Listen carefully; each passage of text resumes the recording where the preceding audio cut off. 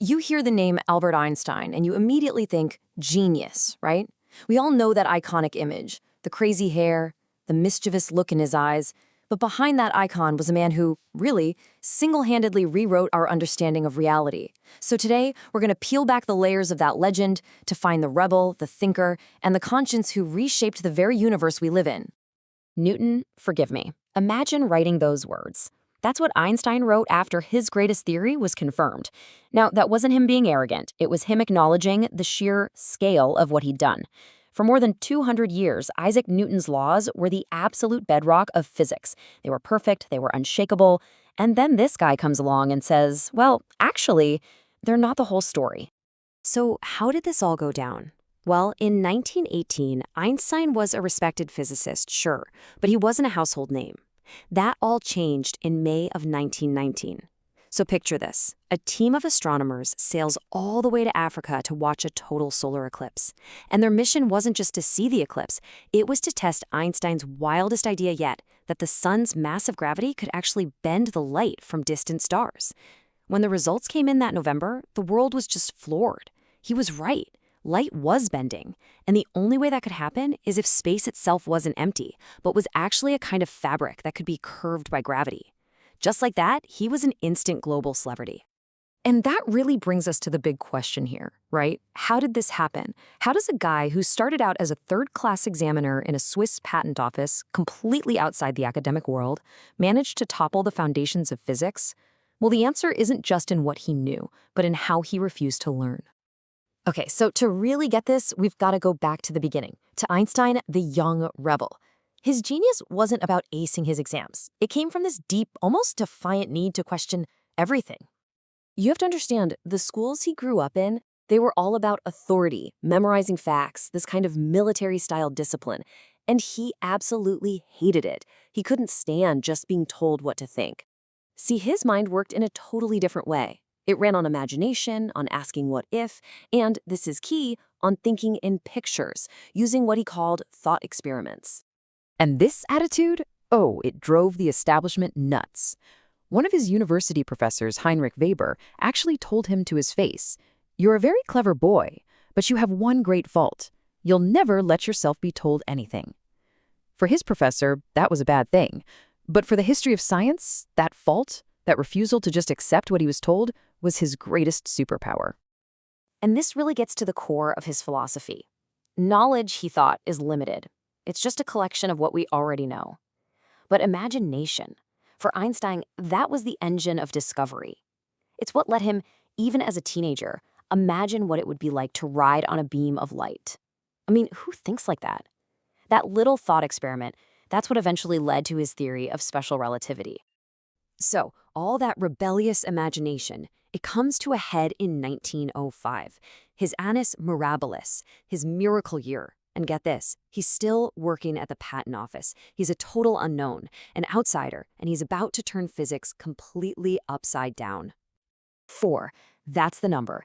In a single year, this 26-year-old patent clerk publishes 4 papers in the top German physics journal. Any one of those papers would have been a career maker for a physicist. Einstein drops 4 of them in just a few months, basically as a side hustle. The sheer impact is just staggering. First up, he argued that light isn't just a wave, it's also a particle, a quantum, which helped kickstart the entire quantum revolution. Then, he mathematically proved that atoms are real, settling a huge debate. Third, he unleashes special relativity, which completely shattered the idea that space and time are fixed. And finally, almost like an afterthought, he derives E equals mc squared and reveals the unbelievable amount of energy hidden inside every single bit of matter. But wait, he wasn't done. Not even close. For the next 10 years, he went after an even bigger target, gravity.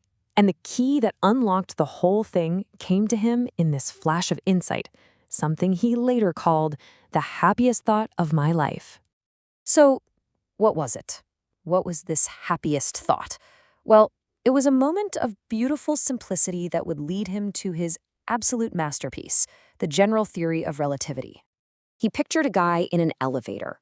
Now, if that elevator were out in deep space, accelerating upwards, the person inside would feel pressed to the floor, just like we do here on Earth. But what if the cable snapped and the elevator was just free-falling? Suddenly, you'd be weightless. You'd be floating, just like an astronaut in space. And that's when it hit him. Gravity and acceleration, they're the exact same thing. You literally can't tell the difference. They are equivalent. And from that one simple idea, he built his entire theory. The logic is just so cool. Follow me on this. 1.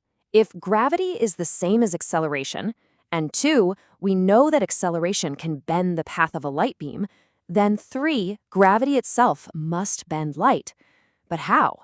This was his revolutionary leap. He realized gravity wasn't some mysterious force pulling on things. It was the shape of the universe. Massive things like our sun literally bend and warp the fabric of space-time. At its net curve, we feel as gravity. Of course, with that level of fame, Einstein became more than just a scientist. He had a global platform, and he wasn't afraid to use it to become the conscience of a world that was tearing itself apart. You know, for a long time, he was a hardcore pacifist, telling people to refuse to serve in the military. But he was also a realist. When Hitler came to power in 1933 and the Nazis raided his home, he understood that pure pacifism in the face of that kind of destructive evil was basically the same as surrendering. He changed his mind, declaring that against the Nazis, the only protection was organized power. He was such a complex guy, a real study in contradictions. On one hand, his close friend Max Born described him as emotionally detached, saying his heart never bleeds.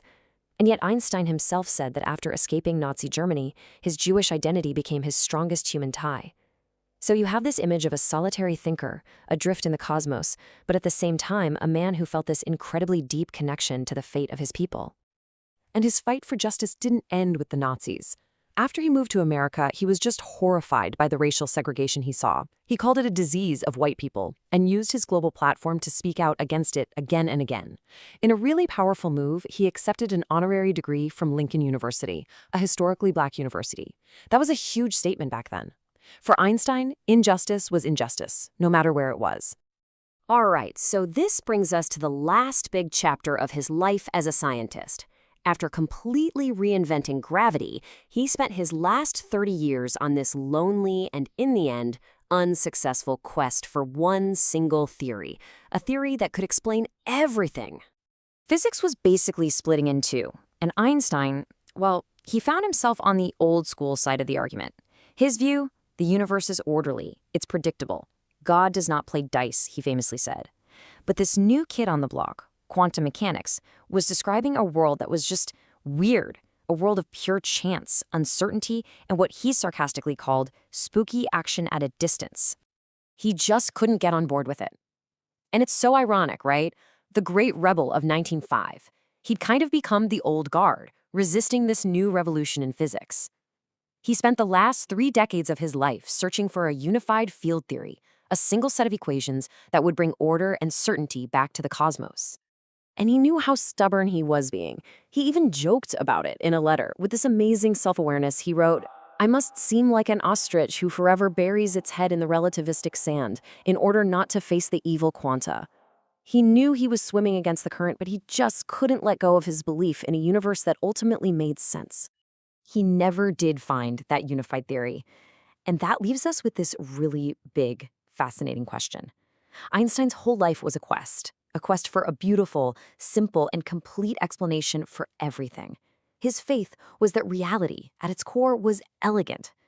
But what if it's not? What if the universe, at its most fundamental level, is actually messy and random and just plain weird, exactly like those evil quanta were telling him?